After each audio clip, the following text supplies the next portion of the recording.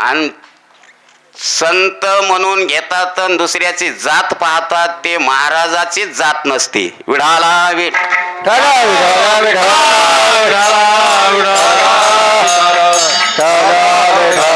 कधी आमच्या मारुतराव महाराजांना काकानं विचारलं हे कोण्या जातीचं आहे, आपल्या भावकीचंच पाहिजे, आपल्या जातीचं पाहिजे. त्यानं मराठ्याचेच कीर्तनकार केले का? अहो, मारुतराव महाराजानं कीर्तनकार कैकाड्याचा कीर्तनकार केला, मातंगाचा कीर्तनकार केला, बौद्ध समाजाचा कीर्तनकार केला, सुताराचा कीर्तनकार केला, वारकाचा कीर्तनकार केला, गोसायाचा कीर्तनकार केला. मारुतराव महाराजाची टीमच अशी आहे, 12 बलोतेदार लोकायला, या रानटी लोकायला लमाण्याचा कीर्तनकार, वड्राचा कीर्तनकार, असे संपूर्ण जाती पोटशी धरून श्री मारुतराव महाराजानं पोटच्या लेकरायला प्रेम लावलं नाही, पण इतर जातीच्या लेकरायला मोठं केलं. विढाला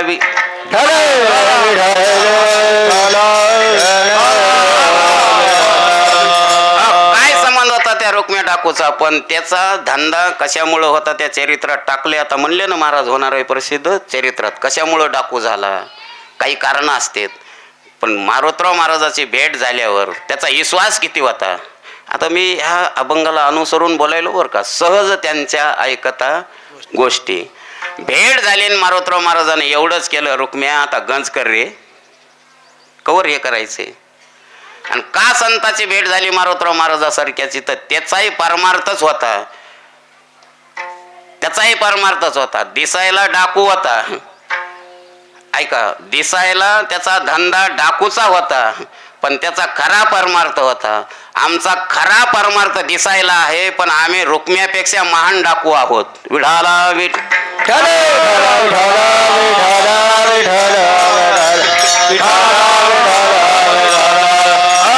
त्यानं डाकूचा धंदा केला, घर फोडले. कोणाचे? नंबर 2चा पैसा कमिवणारे, कधी सप्त्याला वर्गणी न देणारे, गोरगरीबाईला त्रास देणारे, आईसाचे घर फोडले आणि घर फोडून शेणे. आणि आयुष्यात त्यानं कोण्या स्त्रीला स्पर्श केला नाही. घरातल्या बाईला म्हणायचं तुझ्या अंगावरले आई दागिने काढून दे, द्याचे बेन दागिने काढून द्यायचे, पण तिच्या गळ्याला हात लावायचा नाही, लांबून हातात द्यायचे.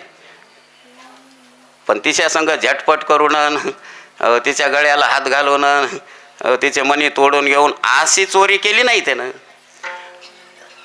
आई म्हणायचं ते गळ्यातलं मला पाहिजे, मी त्याच्याकरता आलो, द्या काढून. बाईनं द्याचं.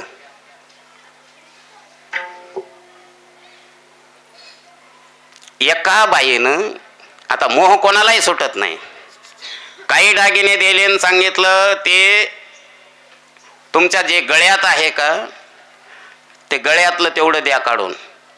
तेव्हा एवढाच उच्चार केला त्या बाईनं रुक्म्या डाकूला, दादा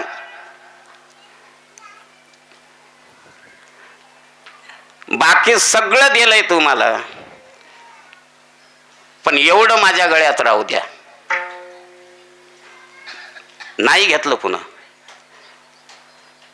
बहीण माय म्हणायचं, कधीही कोण्या बाईवर अत्याचार केला नाही. मग किती परमार्थ मोठा असेल. आणि जे काही चोरून त्याचं ते घर फोडून आणलंय का, तर कित्येक गोरगरीबाईच्या लेकरायचं शिक्षण त्यानं करून नोकरीला लेकरं लावले गोरगरीबाईचे.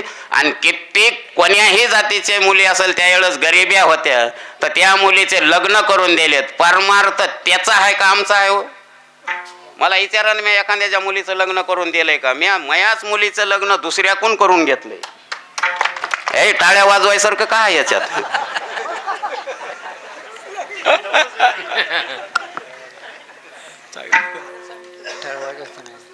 हे आम्ही फक्त सांगावं. आणि त्यानं डाकूचा धंदा करून उगाच मारुतराव महाराज भेट कशी होईल. आम्ही संघ राहिलोत पण गोचडासारखे, दुधाची आमची भेट नाहीच, रक्त पिऊ पिऊच राहिलोत. आणि रुक्म्यानं डाकूचा धंदा करून चोऱ्या करून सेने दुधाचं सेवन केलं, म्हणजे मारुतराव महाराज खरे ओळखू आले त्या डाकूला. विढाला